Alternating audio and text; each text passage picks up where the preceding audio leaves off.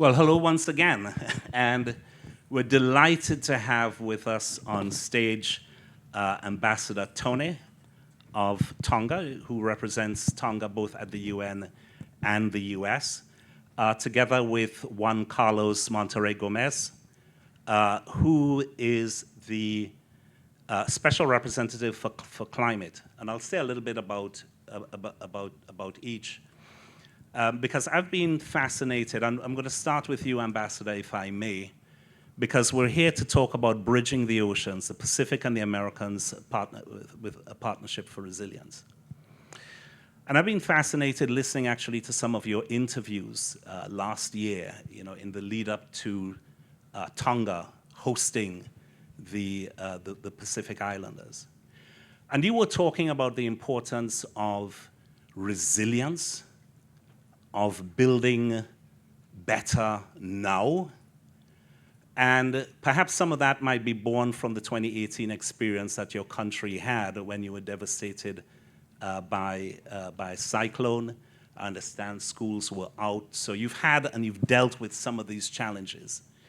So could you say a little bit about the approach for the Pacific in terms of resilience and reflect in that, what you've been able to experience in Tonga, some of the steps that you're taking. There's a whole vision for 2035 to get Tonga to full resilience. We'd love to hear a bit about your experiences and why this is so critical now for the region in terms of resilience. Thank you very much, Dr. Friday. And before I begin to answer your question, let me just extend my humble thanks to Mr. Tremel Crow, founder of EarthX, for convening this space for all of us, and of course with all the partners, Matt Trenchant and other partners. So I find it very important because I find the SDG 17, Dr. Friday, very important. That's why we're here. It's because of the willingness on the part of partners, innovators and NGOs, civil society and so forth, apart from government, to approach, to come together, have the will to converse and talk with member states. If I may attempt to answer a question, would like to begin with the national level. Everything begins at the national level with the priorities of the country, and we have our national plan, of course, and all of that. At the same time, we're facing all these adverse impacts of climate change, as you alluded to in your opening remarks, which is very true. We suffer the impacts of climate change on a regular basis, on an annual basis, as a matter of fact. In 2018, that's when we encountered Cyclone Gita. I happened to be in Tonga at the time before I began my posting in mid-July 2018. So I was there in the middle, in the cyclone. It caused a very big impact in Tonga and the economy and so forth. And just to add to that, since then, a couple of cyclones also occurred in 2019, just a year after. And in 2020, 3 more devastating cyclones occurred in Tonga and part of the Pacific, and one in this year. So altogether about 7 cyclones. So that speaks volume in terms of your point about the suffering of the Pacific Island countries with respect to climate change. So the idea of resiliency becomes very, very important immediately off the bat, because that's how we're gonna make progress or survive or sustain ourselves. The sad side that I would like to mention at this point in time is our continuous effort for climate fund. Of course, there has been a pledge of about $100 billion from developed countries to developing countries. We haven't really attained that. Now they're lifting the bar to $300 billion as of last year's COP in Baku. So we're lifting the scale, and yet the commitment is not there. And so there is something that we're working on right now, and that may be a point that can connect the 2 regions of the Americas and the Pacific region. It's called the DPRP, the Development Bank for Resilient Prosperity, something that the Caribbean region, Asia region, and the Pacific region are working together. And of course, I can see this as something that we connect with Panama being the co-host and so forth, because there is this forever cycle of trying to get easy access to the MDBs and IFIs.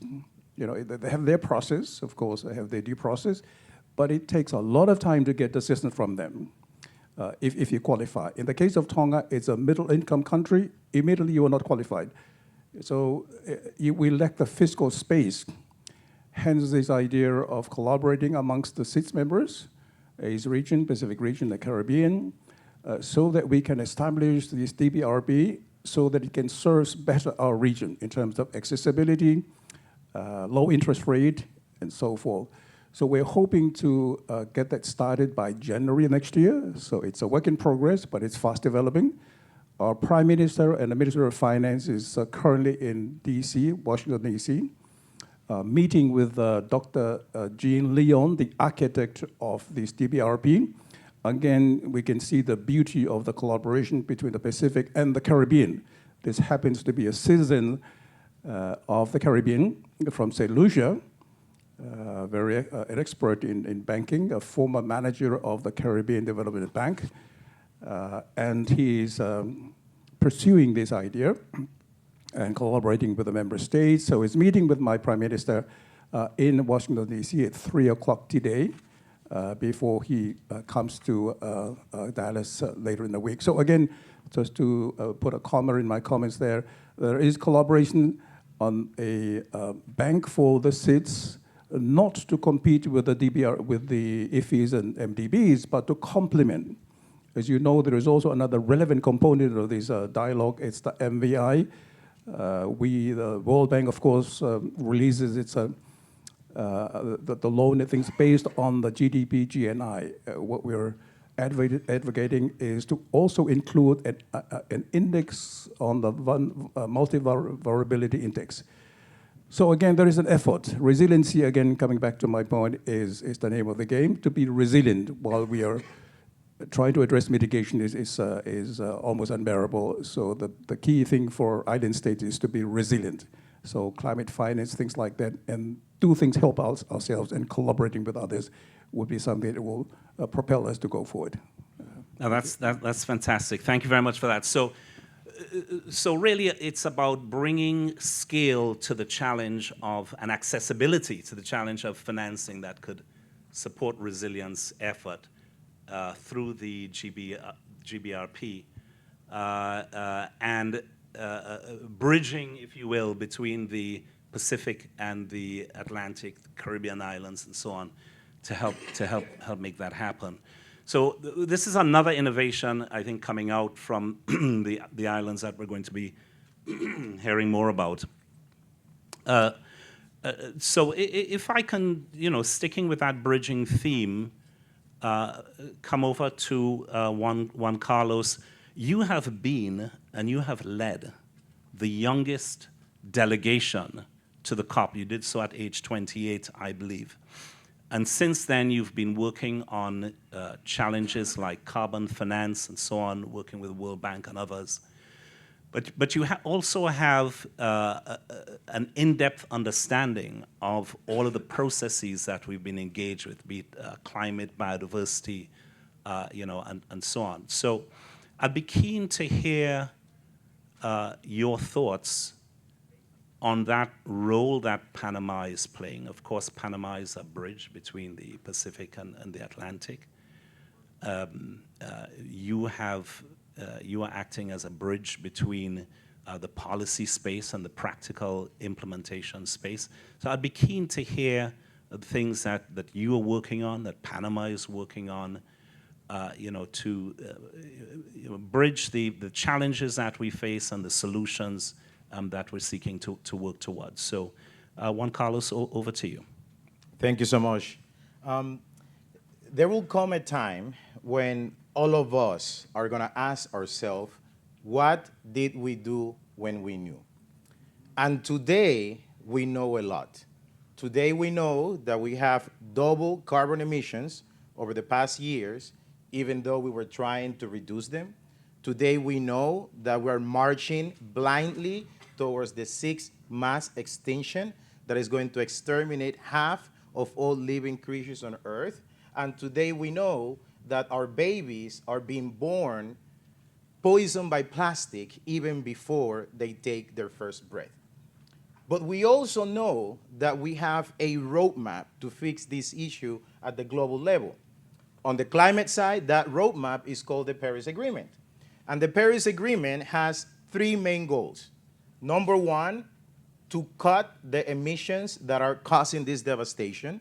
Number two, to build resilience so that communities, business, and the entire society can prosper despite the impacts that we can no longer prevent because we messed up so much in the past.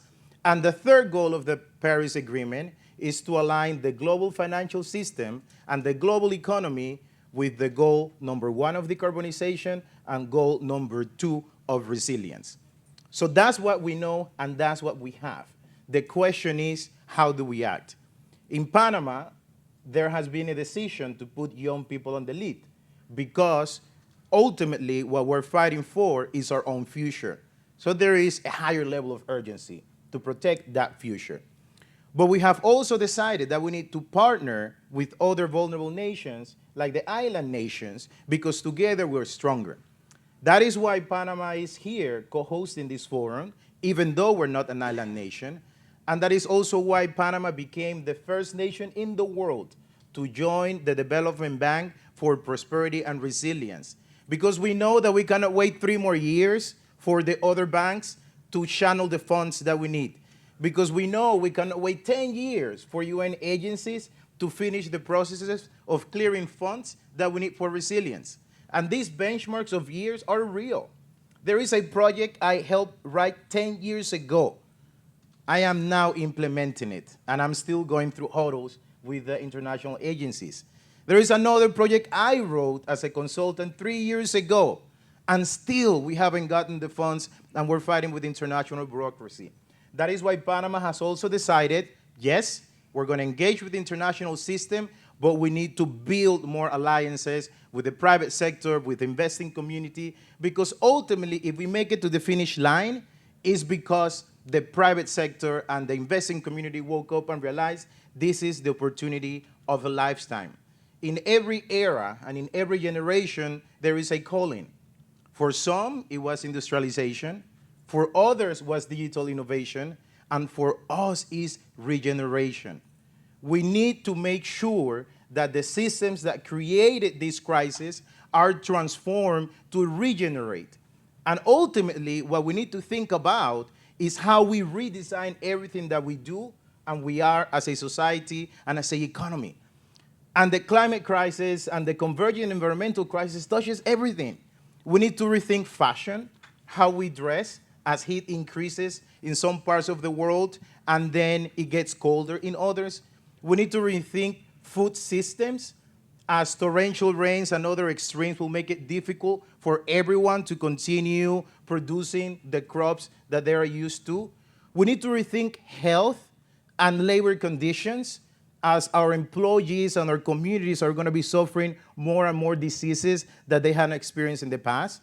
We need to rethink transportation, logistics. We need to rethink everything. So that's the message that keeps me excited. Thinking about how in 20, 25 years, everything is going to be redesigned and everything is going to be transformed.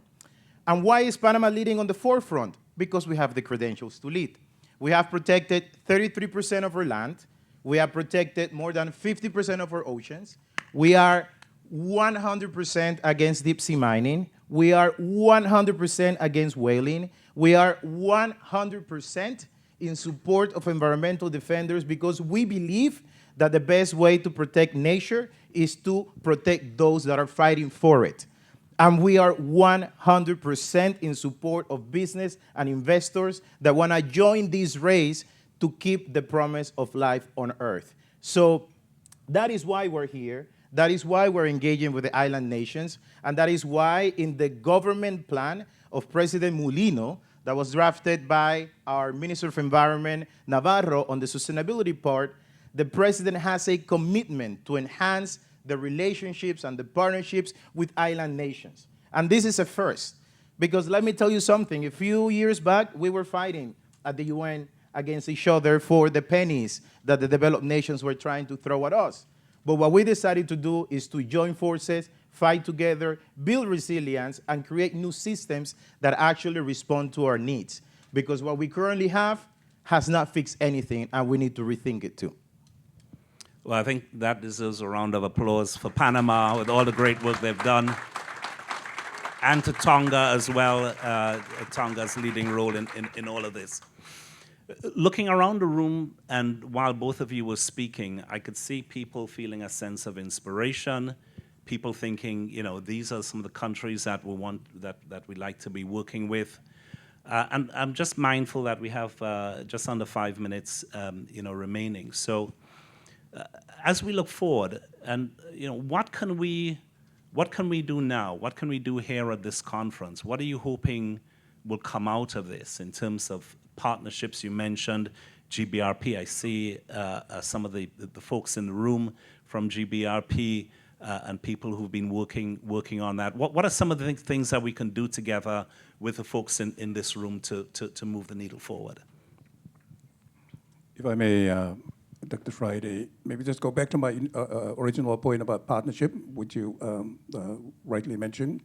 I think that is a key to going forward. As we focus on the Agenda 2030 with the 17 goals, goal 17, of course, is the partnership for the goal. I think that is very, very important going forward. There is also there can be just a certain amount of work that the member states can do, but of course, with a partnership with other entities that can really help us to accelerate. I think the key thing here is acceleration and implementation. As my good partner Juan was just saying, it's about going forward, speeding things up. That is the essence of the ABAS, the outcome document of the SID's fourth conference in Antigua and Barbuda last year. We've done that. We've come a long way, 10 years. It's a 10-year plan. It will outlast the 2030 goal. But it's the implementation and acceleration, with the theme that we had for the forum last year. It's transformative, resilient Pacifica, building back now. I mean, the now thing is it should have been yesterday, going forward. So, again, I just want to stress partnership and acceleration and implementation. I think we've done a lot at the national level. I think it was covered by the Lord Speaker in terms of our contribution to the adverse impacts of climate change, very negligible. So it's very important that but we are doing our part in terms of nature-based solutions. I think the Speaker led a very important task in Tonga in terms of planting trees. The aim is to plant 1 million trees. So there is also the project for growing corals. So we are doing that, although we are contributing insignificantly to climate change. And yet we are trying to speed things up, and we're counting not just at the national level, we can only do so much, but we go into the regional level. There is an emphasis by the region and also at the global. But then, of course, the extension here is to partners. So again, I just want to stress implementation and acceleration of things going forward. No, thank you for that. And what was mentioned was the sort of Antigua Small Island Developing States UN conference held last year. 10 years prior to that, we were in Samoa talking about durable partnerships. So I think one of the things we do need to work on is as we go from meeting to meeting, actually thinking about who are these partners we're talking about? What are the solutions we're looking to put in place? Who are the partners, and how can we sort of accelerate, very much in terms of what you were saying, how can we accelerate that? So when we meet again next year, we're not talking about pilots and things that we've tried, but we could start saying, yes, we've got 30 megawatts going in. We've planted, hundreds of thousands of hectares of coral. Those sorts of things. Getting to scale, I think, is going to be absolutely vital. We have a little bit of time left, Juan Carlos. So to this room, how can we be working with you and your country's ambitions? What would you like to see us walking away with? So number one, all of you need to do some soul searching and decide what is the area, what is the sector that you're going to lead on towards this green transition. But when we talk about the green and blue transition, it's so massive that sometimes we get paralyzed. So once you decide the sector, the area, the thing that you want to do, you need to distill it into micro transitions. Because that green transition is composed of a bunch of micro transitions at the household level, at the community level, at the organizational level, at the province level, at the state level. So it is of utmost importance for you to understand what is your true calling on this fight and go full on it. You need to try, you need to test, you need to pilot. You might fail a few times, but you need to stand up and keep running. Panama next month, in partnership with Global Resilience Partners, Public Foundation, and with the support of our dear friend Tramo, is going to be hosting the Nature Summit. The Nature Summit is going to be a space for doers, for investors, for civil society, and for activists to come together and engage. Right now, we're going through difficult times. Money is being pulled out from the UN to address climate issues, so the UN no longer have money to accommodate for non-state actors. So that's why these organizations have come in partnership with Panama to fill up that leadership space and be able to bring all the actors. Last year in Baku, it was certain that we are not going to be getting from public funding all the money that we need to be able to solve all these crises. So this is the call for the private sector, for the investors community to come in, jump in, and make sure that we make it to the finish line. Thank you. Thank you for that. And just to wrap up, I just want to emphasize, looking around the room, I see lots of people who are doing things, and we'll be hearing from some of them later on today to see how we can put those partnerships together as we head to Panama and beyond. So I want to thank all of you for listening. Do remember that the IRP is a partner. Come to us if you have ideas. You want to find ways to get to more islands, to be exemplars. We'd be happy to talk to you. Ladies and gentlemen, to our guests, please put your hands together. Thank you all.